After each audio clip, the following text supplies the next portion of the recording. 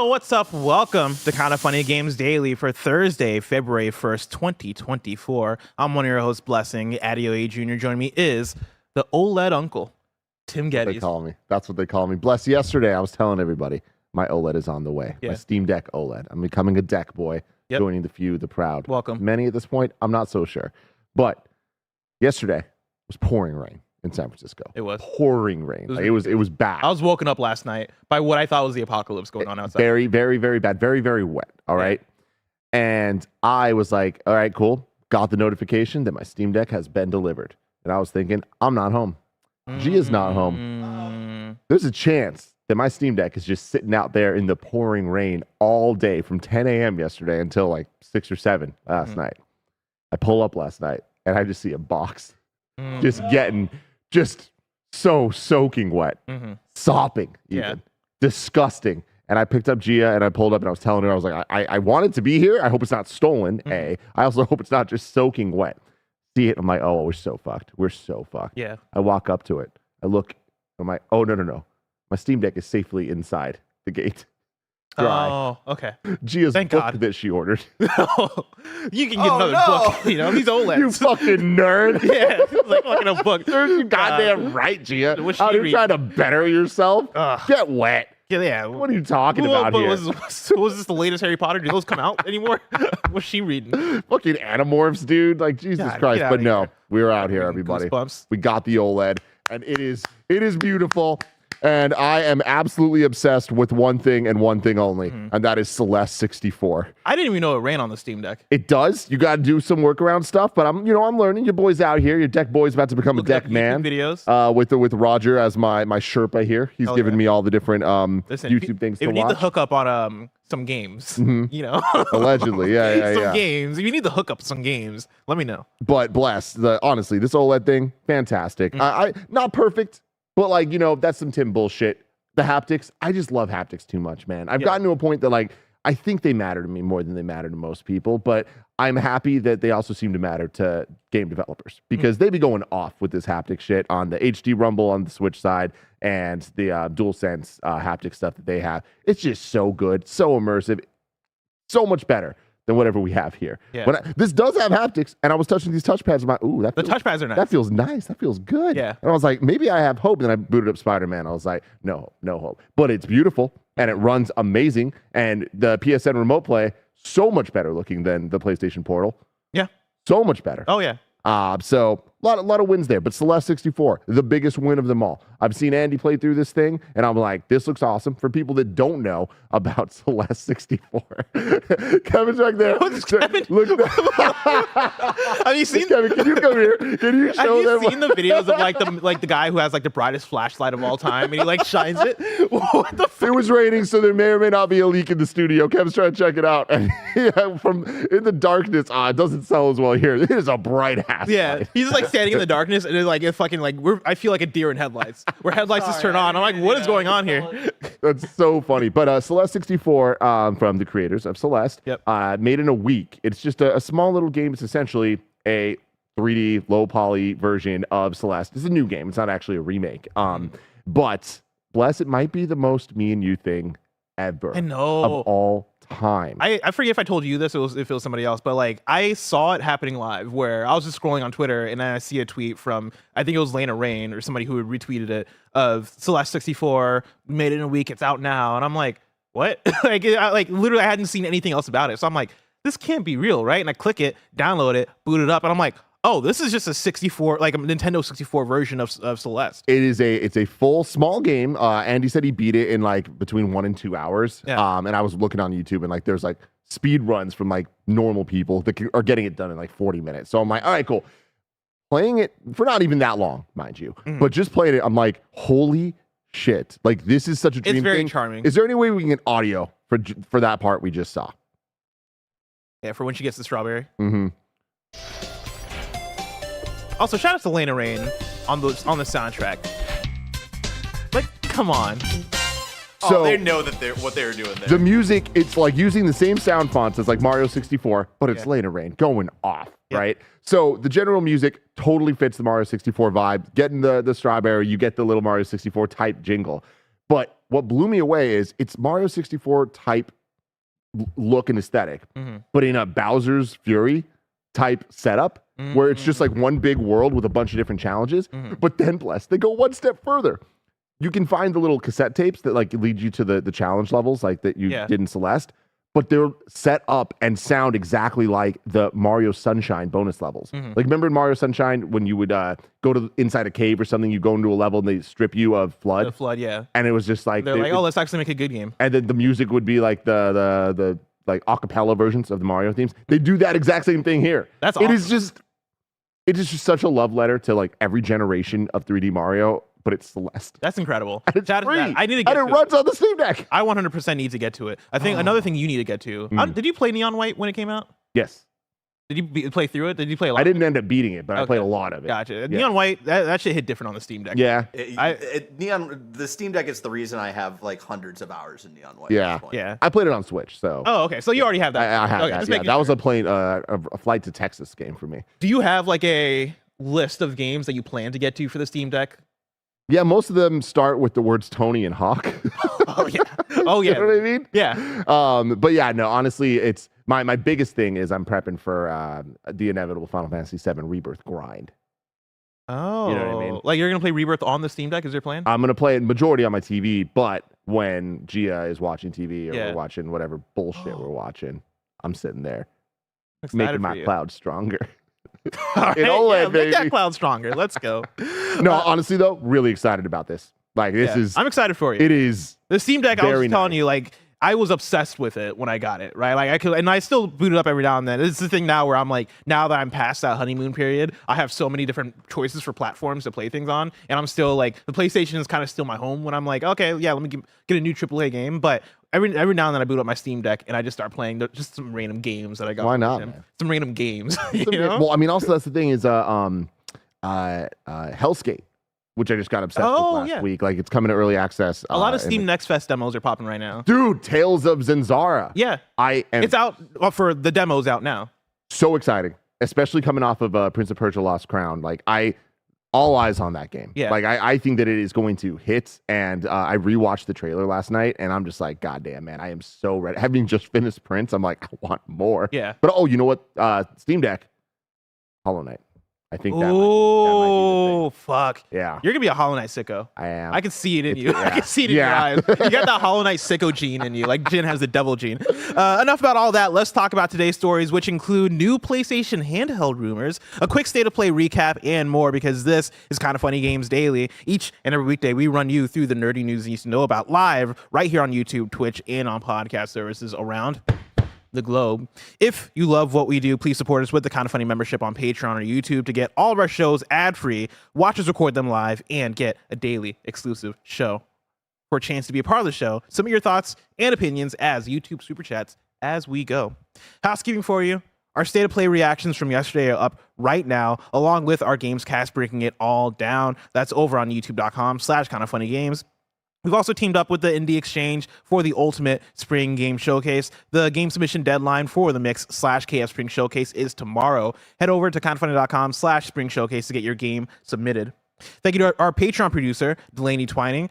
Terry brought to you by the KindaFunny membership, but we'll tell you about that later. I also might need to go back and find the Patreon producers because I just realized it's February 1st. Oh, it's February, you're but right. yeah, we'll return to that later. For now, let's begin with what is, and forever will be, the Roper Report. It's time for some news. We have 6 stories today. A baker's dozen. Starting with our number 1. A new PlayStation handheld seems to be in early development. This comes from a source. I believe it's WCCF Tech. This is one of the ones where I forgot to copy it over. So what we're going to do, we're going to highlight a bunch of the text. We're going to paste it in Google. We're going to see the first thing that pops up. It is WCCF Tech and is written by Francesco De Mayo. A new PlayStation handheld powered by AMD is in early development, and it'll apparently be compatible with both PlayStation 4 and PlayStation 5 titles. As reported by Moore's Law is Dead in a new YouTube video, the Japanese company is apparently planning to re-enter the handheld market with new hardware. The console will be powered by a custom-made AMD APU and is currently in the high-level design phase, meaning that it is at least 2 years away and hasn't been greenlit for release yet. The specs for this new PlayStation handheld have yet to be defined, but Moore's Law's Dead speculates it's likely to utilize 18 CUs to maintain compatibility with all PlayStation 4 titles available on the PlayStation Store. In addition, the console will be compatible with PlayStation 5 titles as well, although developers would have to patch them to make them run properly on the console. As such, it's plausible the new system's GPU could run at 1.8 gigahertz or slower due to the PlayStation 5's variable clock speeds. While the new PlayStation handheld could be just 2 years away, there's a chance that it will take more time to release if it is greenlit, as it has been suggested to Moore's Law is Dead that the console will be part of the PlayStation 6 family, releasing as a handheld alternative meant for the Japanese market. Tim, a lot going on here. A lot going on. This is one of those, I think, grain of salt situations. I think it's less grain of salt. I think it's more, this is happening, has happened, but this is the end of it. Like, I think that it's more like a exploratory research type situation where they're constantly looking into R&D, right? They're looking into things. And I feel like it'd be silly for any of the major players to not be at least considering having some type of mobile solution for their for gaming, as you know. Yeah, we just talked about what the Steam Deck. Talked about the here, Steam right? Deck kind of changed the game a little bit when it came out, and I think it kind of, and you know, the Switch also laid the groundwork, and then but having a mobile computer, and like where it goes from just being a novelty to being something that developers are having to design their games around, to be able to serve that audience. And I think that we're already kind of seeing that happen. I would not be surprised if eventually we do get another PlayStation handheld, but I do not think it'll ever be the PlayStation Portable 3 or the Vita 2 or whatever you want to call it. Like, I think it would be a portable way to play your PS5/6 whatever games, right? Like, I think it'd be more like a in addition to type situation as opposed to this and that. Yeah. So I think that here with what we're talking about, I don't expect that we're going to see a PlayStation handheld in the next 2 years. You know, I could see this being a further down the line. Them talking about potentially PlayStation 6 alignment, that adds up a lot more to me. I think we'll get something. I don't think it's going to be this. The tough thing to try to pin down here for me is, if this is a PlayStation 6 thing, right? If we hold this for when that comes out, if we're taking the article as is and the reporting as is, right? It looks like they're talking about it being able to play all PS4 titles and then the PS5 titles that developers are able to patch or opt into. I wonder if that works. Like, I wonder if during the PlayStation 6 era, people are like, oh yeah, I'm willing to buy a new handheld that's only playing previous generation games. That doesn't seem like a great sell to me, unless you do get it out, let's say, toward the end of the PlayStation 5 cycle, and that gives people that jump, at least in the first year or two of it being out of, oh yeah, no, I can play the current games that I'm playing currently, and then those first couple of years, the PS6 be like, okay, well, there are still cross-gen titles coming out here that makes sense for me to buy on the PlayStation. Or cloud, which is only improving, and by then, hopefully, will work way better than it even does now. So yeah, I'm with you in that, like, it's kind of wild to imagine that PlayStation 6 games will also be able to run on a handheld, but I don't know, man. We're years away, and tech's advancing so quickly that everything is always rushing up. But I do feel like we're getting closer and closer to a point of no return where you can't develop that much because it's just ballooning too much, right? Like, it's like too many A's, quadruple A's. Soon there's going to be 18 A's, too many A's. And I feel like they're going to scale back to an extent of at least the kind of barrier to entry of these games being able to run on things. Because if there's a market out there, if there's more machines they can put their games on, they're going to want to do that. Yeah. So do you think it ends up being, let's say this does come out in the PlayStation 6 family of consoles, like it comes out during that era, and it is, hey, this is able to play PS4, PS5, and then let's say PS4 games, all of them, some PS5 games, and then some PlayStation 6 games, probably mostly through cloud or whatever it is. Do you think that's a good sell? Do you think that's something that excites the audience? I do, but I don't think it's going to be that, though. Like, I don't see them doing something that isn't, like, advertised as working with current gen. Current gen being, at that time, PS6. Like, I think that it very much is going to be... that's what cloud comes in. That's how cloud... No, totally. Yeah. But I feel like, I don't think that the marketing pitch is play your PS5 games. I think it's going to be play your PS6, play your PlayStation games, you know? And... I think that is enticing. And again, we're looking at the future a little bit. Like, I feel like even that is enticing right now. We're just not fully there yet. We're closer than I ever thought we would be, even with the PlayStation Portal. Like, it has a defined use, which is cloud, and it works. Yeah. It doesn't work amazing. It doesn't like do every single thing perfectly. It has weird issues with proprietary Bluetooth and things like that. But like the product does work and it's not that expensive.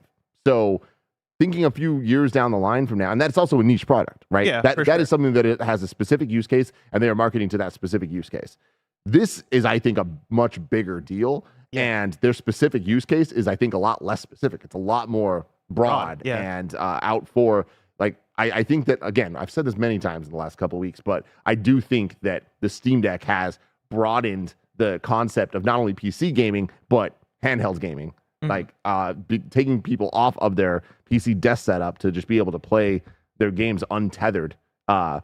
A luxury us Nintendo fans. I mean, honestly, as you're talking about it, it's crazy that we've looped back around in this way, where handheld gaming was such a, late 90s into 2000s thing of, oh yeah, you have the Game Boy, we're playing Tetris, we're playing Pokemon, we're playing whatever, right? You get the Game Boy Advance, you get the DS and the PlayStation Portable, and it felt like, the handheld gaming market was getting a little bit more advanced, but then mobile gaming was the death of it.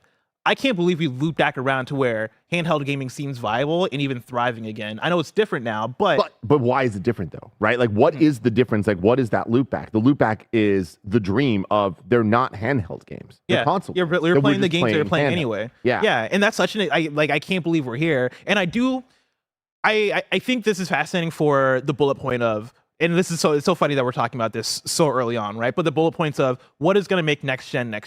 If we're talking about the PlayStation 6 and the next Xbox, right? Not just like the Xbox Series X Pro or whatever they call it, right? But like the next generation, quote unquote, of Xbox, so they do generations still. What is going to be the selling points on the box to make you go, oh damn, I need to get the new one, right? Like, is it just going to be, oh man, the graphics are better, or is it going to be 8K is now normal, or whatever it is? I do think that going, hey, we have a family of devices that allows you to play at your home setup with the biggest TV and the HDR and all this stuff, but then you can take those same games and play Death Stranding 2 on the go, or play Bloodborne 5 on the go, or whatever it is, right? Bloodborne 2, I guess by that time. That feels like a PlayStation Bloodborne 7 remaster. Yeah, Bloodborne exactly. remaster. You get Bloodborne in 60 frames per second. You're gonna love it. That excites me even more than if you were to go, oh yeah, the games look better. Like, you're telling me that, no, we want to try and curate this experience where you have all these different ways to play, which feels like what PlayStation is trying to do right now with the PlayStation Portal and with like the Edge and the headsets and all the stuff that they're trying to do to like broaden up the hardware library of PlayStation. If you're able to do that with the PlayStation 6 and go, oh, we also have a handheld, so now you can play anywhere, and it isn't just streaming, it is you're playing these games natively. That's a very exciting feature. It definitely is, and you're kind of touching on, I think, a very interesting, bigger conversation, which is where can next generation go in terms of pushing the tech of, forever with games, it's graphics, and you can compare the NES to SNES, obviously, N64 to GameCube. You see the advancements. We all look at the PS4 to PS5 generation, and the advancements are definitely there, and they're all under the hood, but it was faster load times, SSD, haptics, 3D audio. It's starting to like refine as opposed to like push forward in a major way. And again, looking at a game on PS4, looking at the PS5 version of it, for the most part, you can see the difference. You understand what's happening, but it's not like it's the most necessary thing in the world. It's a selling point to the people that care, like us. Yeah. But it's not necessarily like as obvious of a difference as it used to be, especially when some of the biggest games like a God of War Ragnarok it's coming out on PS4, they're cross-gen, PS5. right? And like no real negatives, right? Like like that's so surprising that it's like those games came out and people loved them on PS4 and we played them on PS5, but like there wasn't any like, oh man, it's barely working. Elden Ring, like one of the best games of the last probably ever, and one of the biggest open world games, and one of the most intense, like good looking, well designed visually games,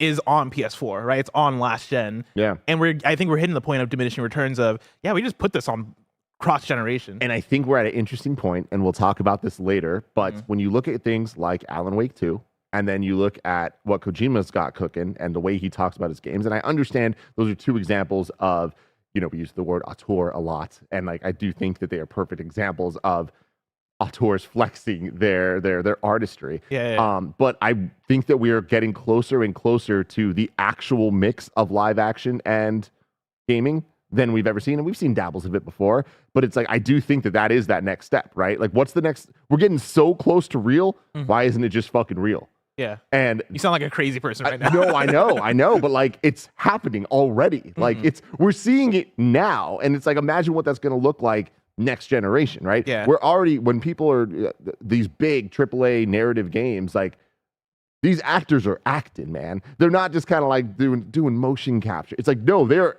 out there doing the damn thing, and it's like what's the difference between them having a bunch of green dots on them and them just being filmed? There is no difference. Well, yes, there is no difference. But I'm talking about like an end result of the game. Like if it ends up just being actual live action stuff. Now we're starting to get into some like scary ass realms of like real people being manipulated and all that, which is going to happen. Yeah. My point is though, I do think that we're getting so close to a breaking point of pushing the graphics of games that like it's just going to hit a point that if realism is the goal. And games have only proven that realism is the goal. It feels like we're already there almost. Yeah. And I'm also like, I mean, I don't know. That's a very fascinating thing to me because it is. I go back to playing games on the PlayStation 2 or playing games on the PlayStation 3 especially, and me being like, man, NBA 2K on PlayStation 3 looks real. I can't tell the difference between this and fucking real ass basketball. And then you get to the PS4 and then you look back at PS3 and you go, oh, actually, no, that didn't look that good, right? Now that we're at the PS5, I know we talk about God of War being cross-gen or whatever, but I'm playing Tekken 8 right now. I go back to Tekken 7, I look at it and I'm like, this game does not look good anymore. Yeah. Like this game sure looks bad. And there's some I would say earlier PS4 games where it is, oh yeah, these don't look as pretty as I remember them being. And I wonder if that is just going to continue to some extent. I know that as we get further, it is like more and more of a minuscule degree, but I feel like we're still a ways off from hitting the point where it's like, okay, what's the point of even upgrading the visual elements anymore? Yeah, absolutely. But yeah, I'm still not sure that we're gonna get PlayStation 6 game if this comes out. Like we're like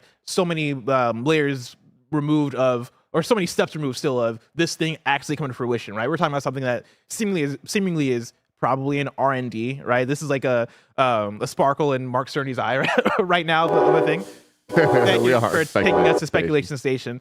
If I had to predict, I still don't think that PlayStation 6 games are going to be natively playable on this thing. I know we just had the whole conversation, right? But I don't know. That doesn't seem real to me. Like that doesn't seem possible. Here's the thing, though: is it is possible. We're already having this, right? Like it's already crazy that like some of these games can play on a Steam Deck or on any of the other the Raj Ally or the Legion, the Legion, all those the different ones, and we're just going to see those continue to get more powerful and have iterative things come out. Yeah. But the big thing is AI. The big thing is DLSS, super sampling, upscaling, all of that. That's the way you get these games to play on these things, and the advancements we've seen in that tech. Like when me and Andy went to NVIDIA, at this point it was 2019, I think. And they did their real big blowout of DLSS, and we saw Death Stranding, and then they were like showing us it, and they're like, "This is what it looks like in 8K, right?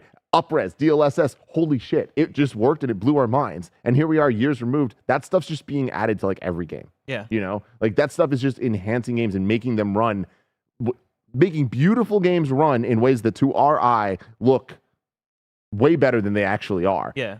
That's only going to improve, and I feel like that it's that type of tech that is going to make all this work. I think that's a very good argument that I wasn't even taking into account, and so that's a really good point. And like as somebody in chat mentioned, bless the Steam Deck is real. Like, what do you mean? When I play the Steam Deck, I play like Baldur's Gate 3, for example. When I play Baldur's Gate 3 on the Steam Deck, it does not look as good as it does on my PC, obviously, right? Because the Steam Deck doesn't have the internals that my PC at home has. It doesn't have the same GPU and all that stuff. When I think of what the PlayStation 6 is going to be, I go, can a handheld keep up with that? But to your point, AI, like DLSS, all that, like DLSS type of technology, right? All that stuff could lend itself to, making the games on a PlayStation 6 portable type device work in a way that I associate with PCs, right? That's my other thing with it too, is that for a Steam Deck or Lenovo Legion or all these other all these other things that we're talking about, those are all PC devices, and PCs are scalable in a way that you expect that out of that platform. Whereas PlayStation, I don't expect the scalability. So here's the thing, though. Yeah. I think that we're already in a time where they are training us too, and that shift is changing. I think that like everything is meeting in the middle. We're talking earlier about handheld gaming and how it went away and then came back. And it's like really when you look at it, it is just the meeting of Nintendo starting with Switch, Nintendo always being less powerful with their system. So they've just designed their games differently for decades now.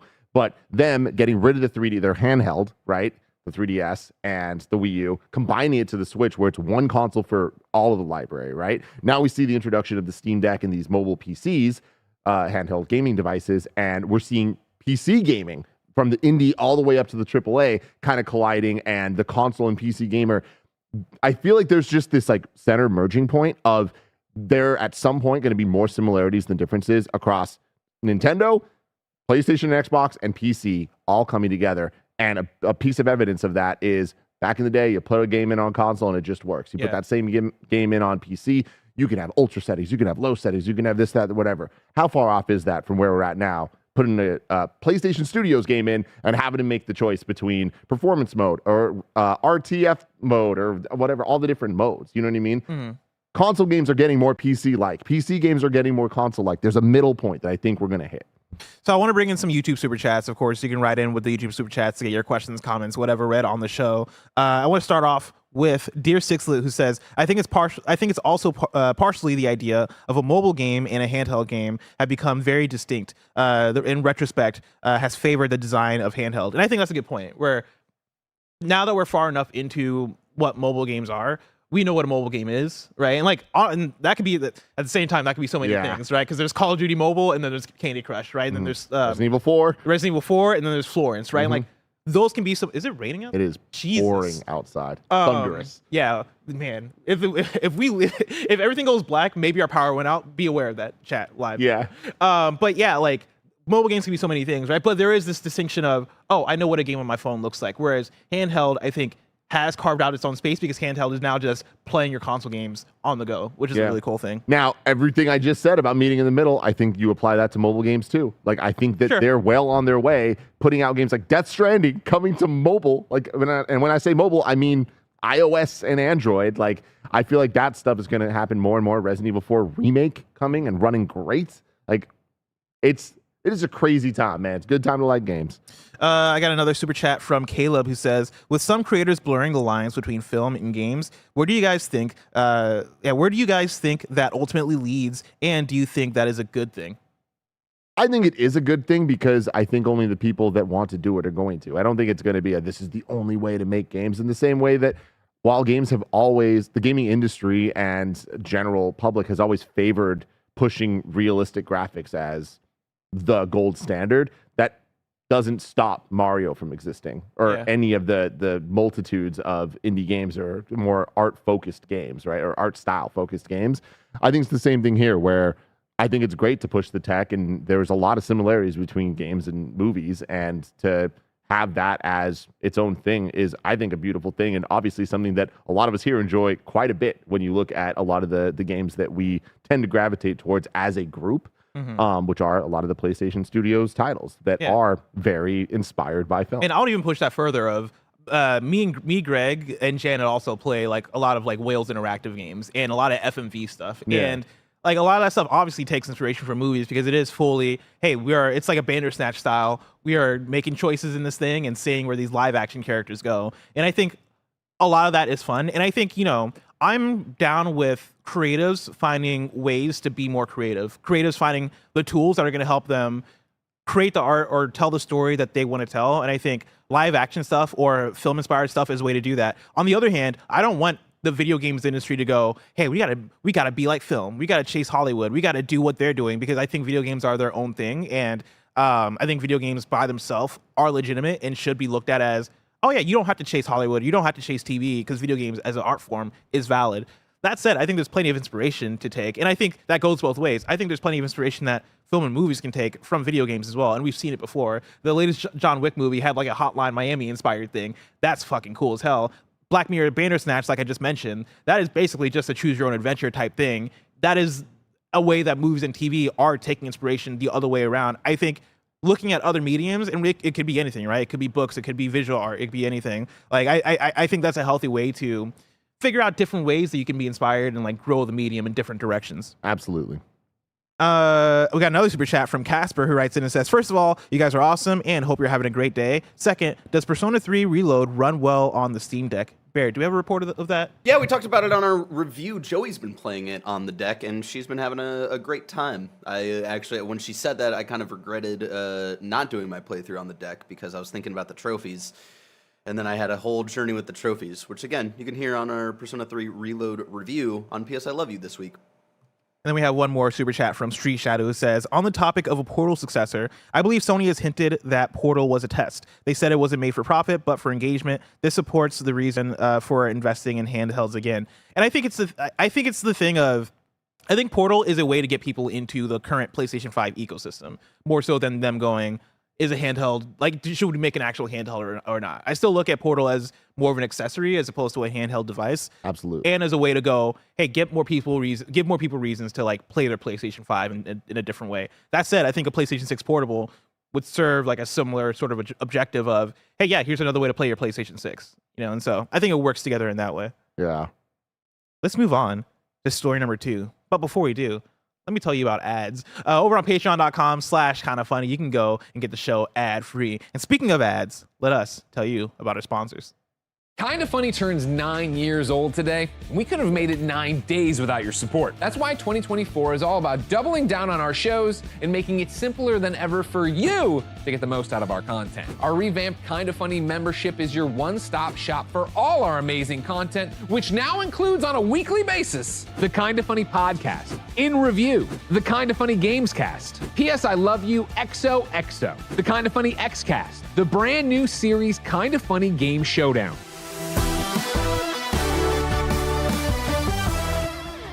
5 episodes of Kinda Funny Games Daily, and 5 exclusive Gregway vlogs. And 5 days of streaming fun with me and the gang here in our newly revamped streaming space. It's going to be filled with a ton of laughter and a whole lot of shenanigans. We'll see you there. That's more than 20 pieces of content a week from an 11-person independent team in San Francisco. That's a lot. And to get the most out of it, all we're asking for is $10. $10 gets you the Kinda Funny membership, and that entitles you to ad-free versions of the shows, the ability to watch the podcast live as we record them, and the exclusive access to my daily show, Gregway. You can get your Kinda Funny membership on patreon.com/kindafunny or youtube.com/kindafunnygames. Yes, we are expanding our Kinda Funny membership offering to YouTube so people can take full advantage of the platform they prefer. If you want to go above and beyond the Kinda Funny membership to support us, we will still have higher Patreon tiers, albeit with some changed up perks. We just wanted to make the message as clear as possible that the $10 Kinda Funny membership is for the masses to get all of the core content people love. Everything above that is very appreciated. The support means the world to us. You all are the best. But the $10 Kinda Funny membership available on both patreon.com/kindafunny and youtube.com/kindafunnygames is where we see the value of what we do. Kinda Funny is a dream come true, and we wouldn't have it without you. We hope if you've ever enjoyed the content, you can support us for at least a month as we prepare for our biggest year ever. Until next time, it's been our pleasure to serve you. And we're back with story number 2. We got a quick state of play recap for you. I'm just going to go through all the games. We got a Helldivers trailer. We got Stellar Blade. That's coming April 26th. Sonic Cross Shadow Generations was announced. That's coming this autumn. Zenless Zone Zero was announced for PS5. That's coming this year. Foam Stars got a trailer. Dave the Diver got a trailer for PlayStation 5. It's coming this April with Godzilla Crossover coming in May. V Rising was announced for 2024. Silent Hill, The Short Message was announced as a full game that's free to play currently. It was available yesterday.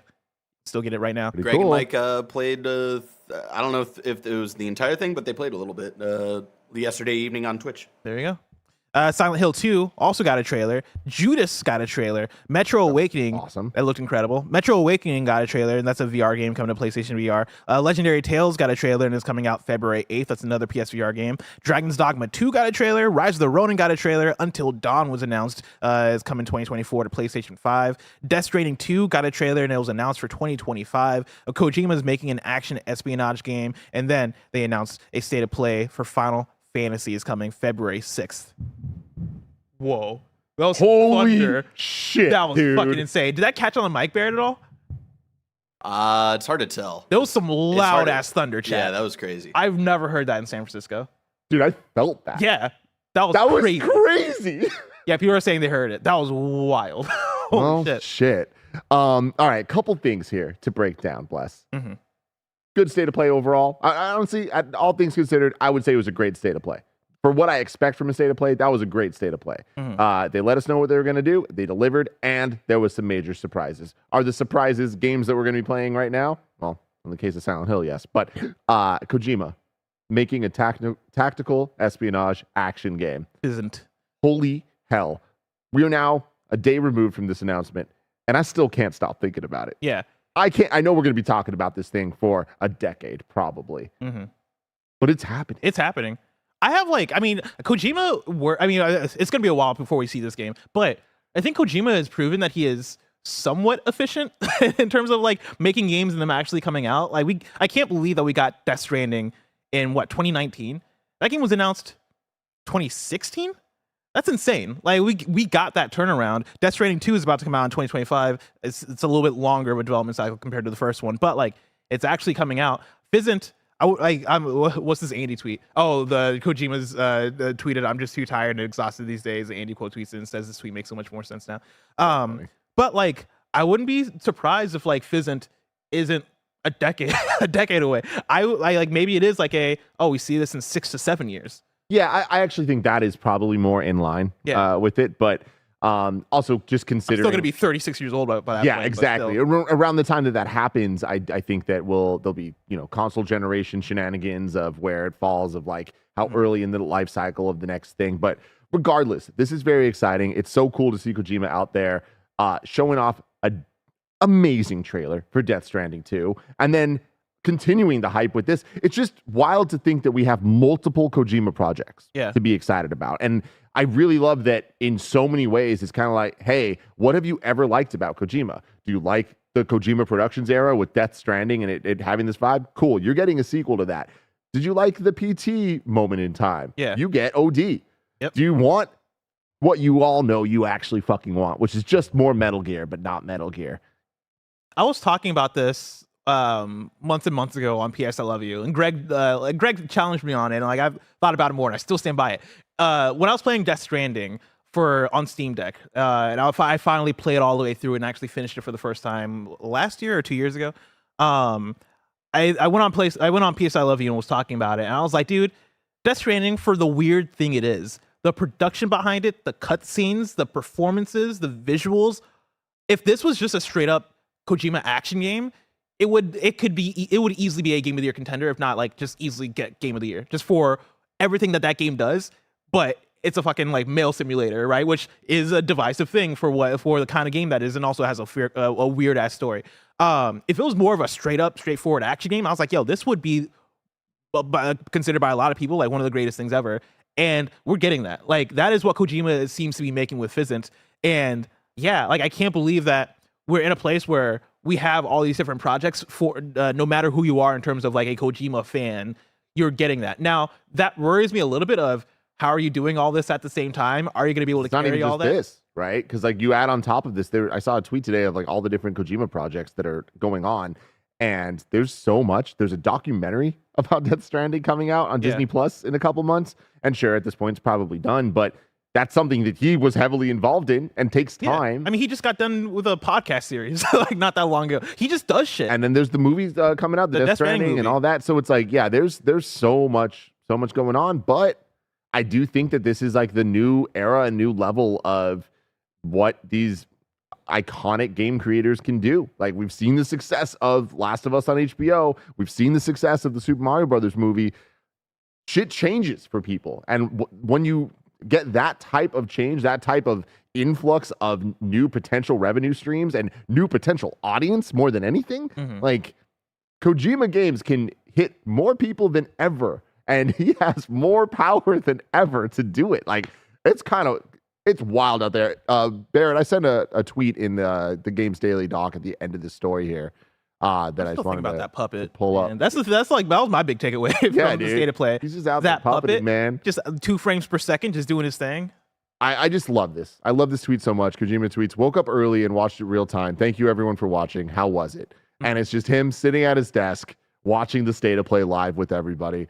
And think that this is one of the coolest things ever. As a creator, he edited this trailer himself, like he always does with these things. He cares so much about this, and he just wants to have the moment. And I've been there at a much smaller scale, but like I just really appreciate that somebody so awesome out there that has made so much amazing art that I've enjoyed so much. Yeah, it still gets this moment, still gets this feeling of just like, look what I did. Yeah, I was having a conversation this morning with somebody about auteurs and the idea of auteurs and like how I think a lot of auteurs can be pretentious, if not all our auteurs can be pretentious. And we're got in a conversation about Kojima, and they're kind of sharing that like, oh yeah, like I don't know how I feel about Kojima. Like I feel like he is pretentious, all that stuff. And I was like, honestly, like fair on like even the examples they gave me. I was like, okay, fair. The thing that I will say to shoot bail, and this is for people who might be listening, that are like, oh man, these guys fucking love Kojima, talk about Kojima all the time. At the very least, the thing I want to give is that this man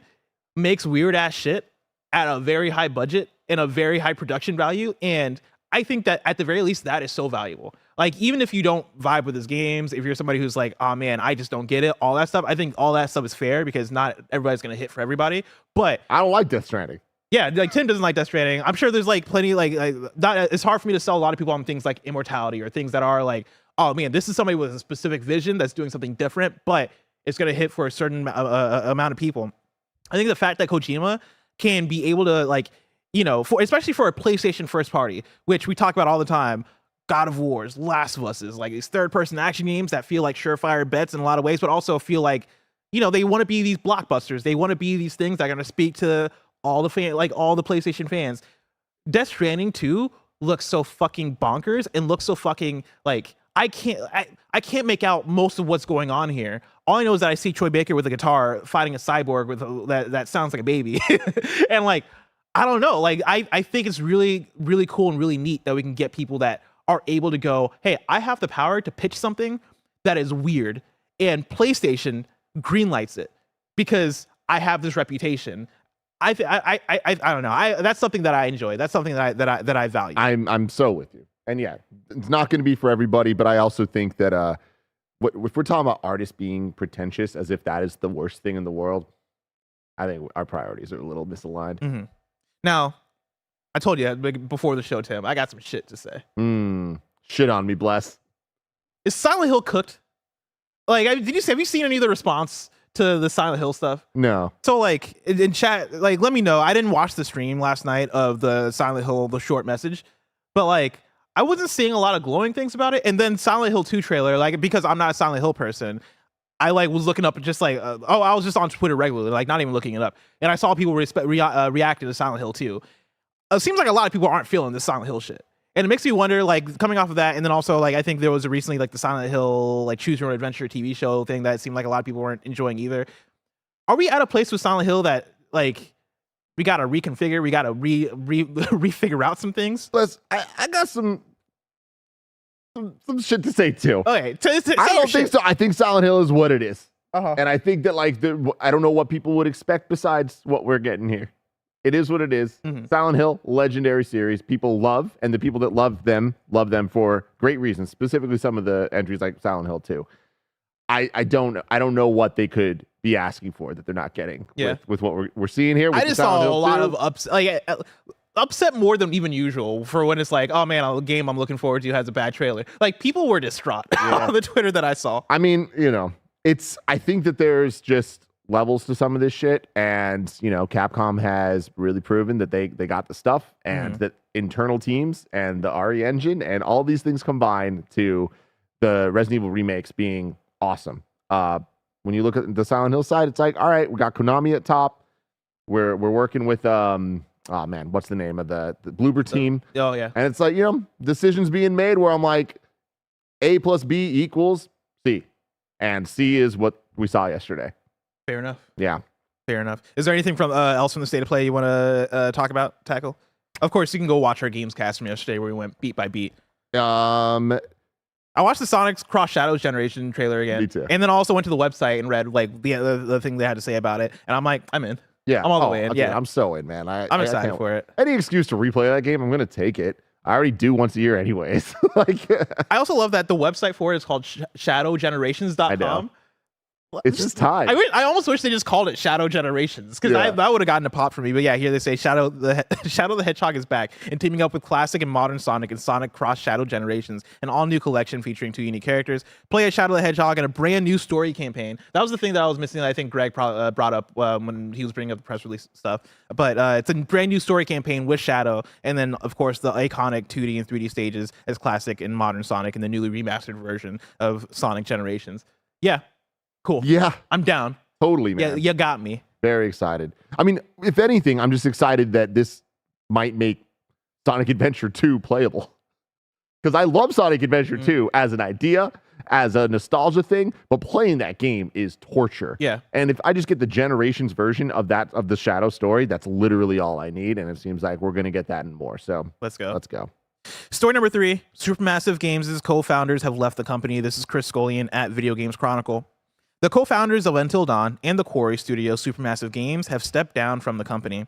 As spotted by Game Rant, the announcement was made recently on the studio's LinkedIn page with a message paying tribute to co-founders Pete and Joe Samuels. Quote, "After 15 amazing years, we say goodbye to our founders."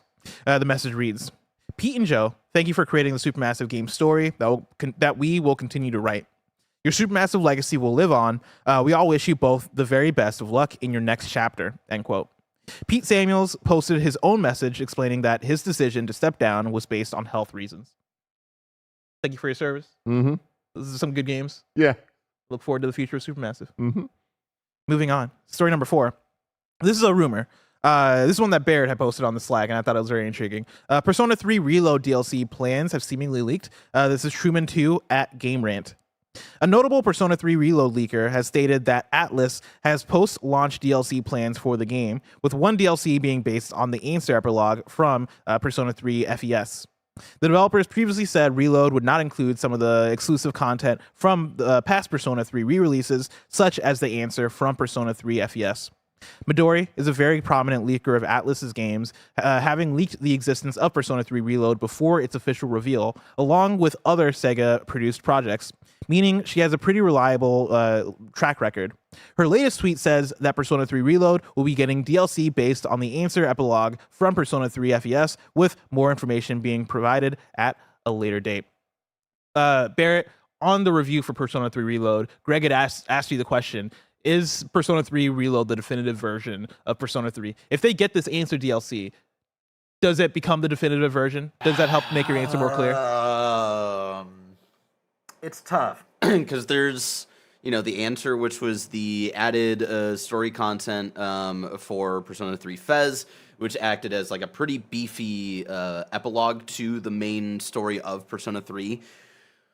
But then there's also the FemC stuff, and this leaker, Midori, has noted that, at least as of right now, there are no plans to add FemC into Persona 3 Reload, and I think that's also, like, if you're taking of, like, the added stuff that would make Persona 3 Reload the definitive version, if what we hear is true on these reported rumors, like, I think they're halfway there to making a definitive version, but I think, there is still a version out there that had FemC, that had all of these reworked social links, that means a lot to a lot of people who really love Persona 3. So I think it's like, it's a tough question to answer. I like how Michael Hyam puts it. He always says that maybe part of Persona 3's legacy is that it never has a definitive version. With that being said, I think this is cool.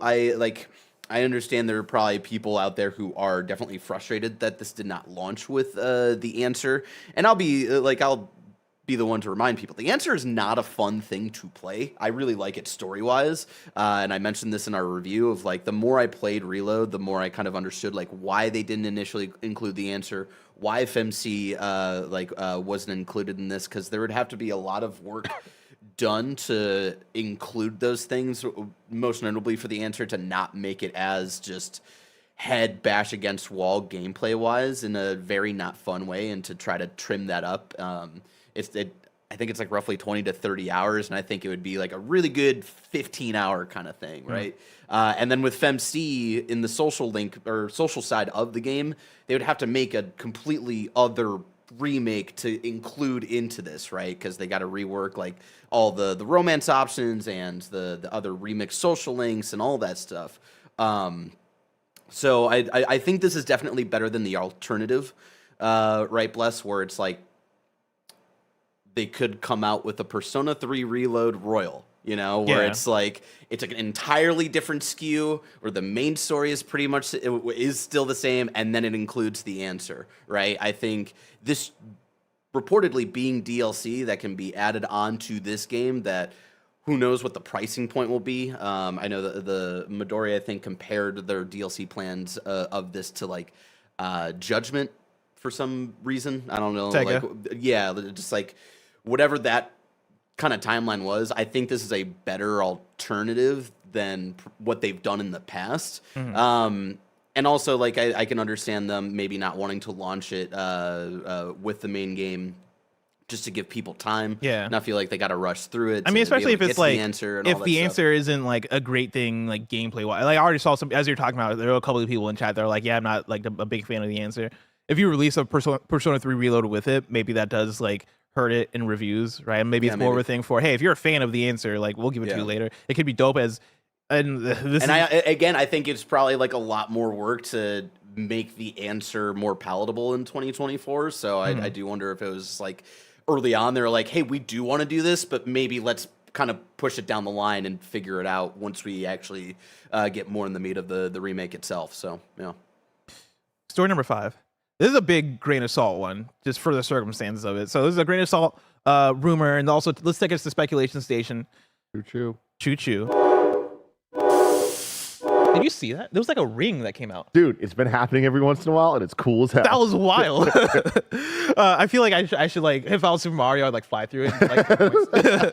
Like, Dreams might have been canceled on PC? Question mark. So this is one that came from Noble this morning. He tweeted out, according to Lance McDonald, a PS5 and PC version of Dreams was done and ready to ship, but got canceled last minute after the Media Molecule layoffs. The PS5 version featured mouse and keyboard support and ray tracing. He then, Noble links to the Twitch clip of Lance McDonald talking about it. I clicked the link when I was trying to like decide whether or not to add this to the Roper Report.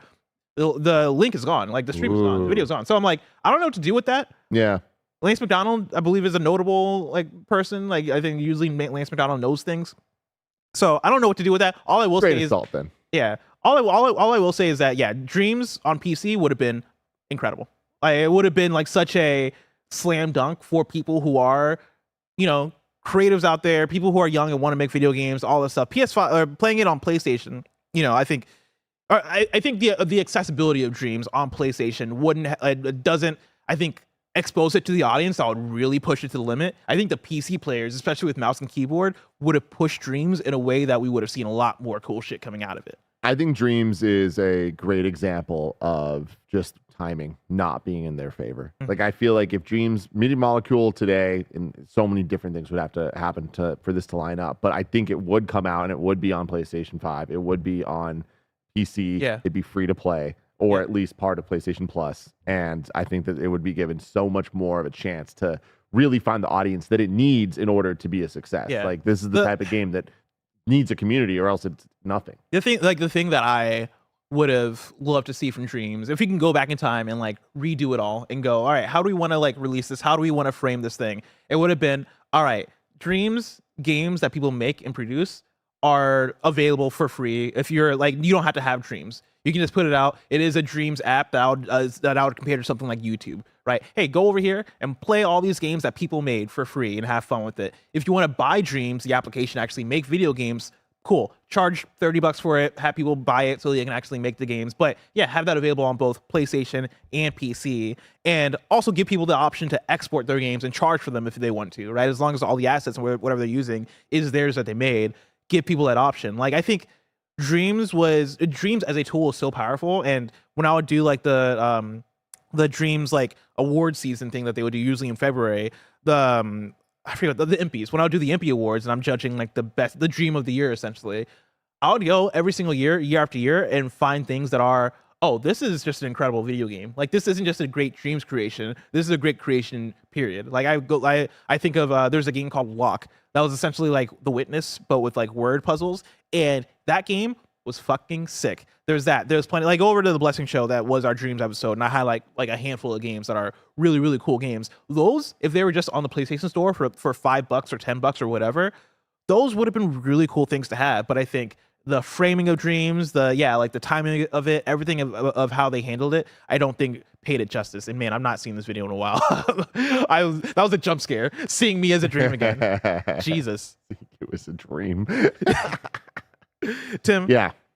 That was a lot of big news. So big. We just talked about. But if I wanted something smaller, say the tiniest news I needed to know about, where would I go? You go to our last story, the Wii News channel, where we cover all the small news items you need to know about. Story number 6. It's time for some Wii news. Alan Wake 2 has added an update that tones down its jump scares. Interesting. There you go. I don't know if you saw the hubbub about this. It was a little little controversy where Kotaku put up an article where it was very much like one of those ones where, ooh, you missed the mark.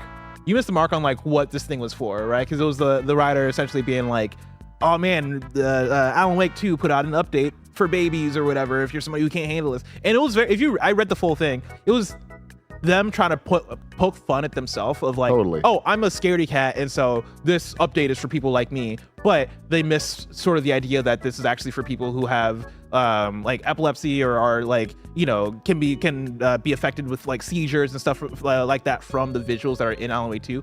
Totally missed that. And when I tell you that I feel for that writer, oh, like, for sure, dumb article, but man, you made a bad joke. They apologize. Honestly, this is the type of thing that we need to look at and like show some grace to the whole thing, because it's like when we're looking at headlines that are an update that tones down jump scares, that's phrased in a way that's framing the conversation around the scares, not around the epilepsy. Yeah. So again, good thing to take it down and to like listen to the feedback, but also moving on, Tales of Kenzera Zao, Steam Next Fest demo is now live. Let's freaking go. Devil May Cry 4 and Devil May Cry 3 special edition just got delisted on Steam. I'm reading from a Wario64 tweet. Devil May Cry 4 special edition is still available. There's no other DMC3 version except the one in DMC HD collection. Right when you got your deck, Tim. I'm so sorry. Yeah. Interesting. This is like the second time we've had this happen in the last week of a game getting delisted, so wonder what's going on here.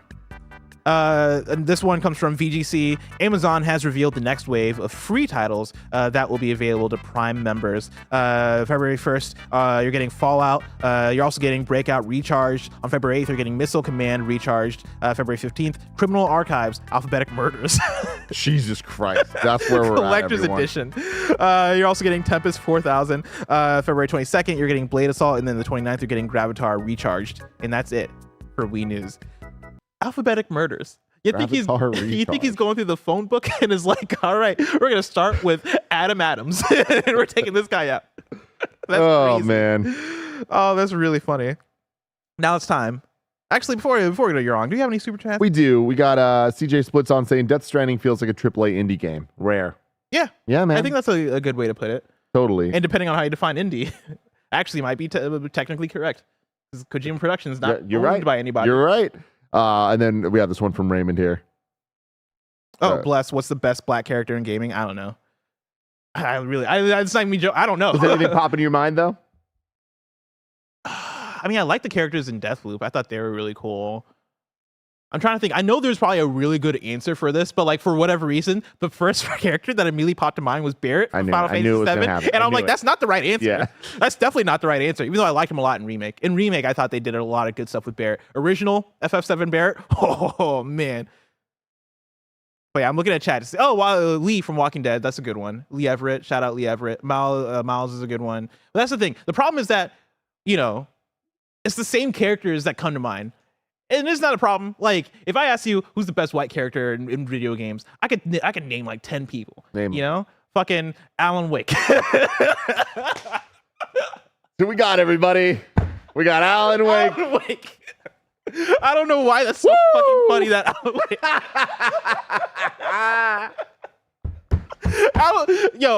Alan Wake is like that. That's actually really fucking funny that he's like the first man that comes to mind. But yeah. I guess shout out to Soggy Anderson too. Bear brings up the puppet from Death Stranding, who I guess does look like a puppet version of Alan Wake. So funny. But yeah, there you go. That's my answer.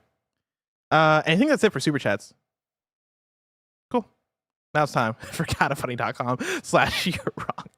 I think it's the fact that Alan Wake is such like the prototypical, like, it doesn't get more like white man than Alan Wake. Yeah. That's crazy. Yeah. Like, he immediately popped mine. Like, immediately. Gabe Logan? I could not tell you anything about Gabe Logan. The guy from Infamous. Cole. Cole's my answer, actually. Let's see what we got for out today. Or not out today, sorry, for You're Wrong. Somebody writes in and says 3 Dog from Fallout 3. I love y'all. Alan Wake super fan says the update for Alan Wake 2 adds not only a slider for jump scares, but chapter select for trophy hunters. There you go. Oh, that's really useful, especially for some of those collectibles that might be annoying to get to later on in the game. I love that. I love updates like that. I think it's really cool that, for all the downsides of having to have firmware updates and patches and all this stuff, it is cool that when there is a need and like people see, oh shit, like people are trying to get these trophies and stuff. If we just added this thing, it'd really help them. Yeah. Good on you. Then Razio says John Wick overhead sequence was inspired by the Hong Kong massacre, not Hotline Miami. I appreciate that. There you go. And that's it. We're KindaFunny.com/you're wrong. Tim, it's been another excellent episode of KFGD. Yes. Alan Wake is the one. I mean, he's very white. You're not wrong. He's the guy. What's funny is that I can't think of any other white character aside from Alan. Like, Alan Wake is like the You named Cole. Yeah, but it took me a while to get to Cole. And honestly, it was because somebody in chat said Infamous. And I was like, oh, that guy's white. But for some reason, Alan Wake is like... I can't name another white character, he fucking says. It's like, because he's like a fucking hipster ass or like writer. Like, oh man, it's so perfect. He's so perfect. Shout out Alan Wake. That's Trevor my guy. from GTA. Oh, Trevor's the one that comes to mind for you? It's been Kinda Funny Games Daily, of course. Yeah, do all the stuff. Subscribe. Do the stuff. Like us on YouTube, I guess. Out the Game Daily.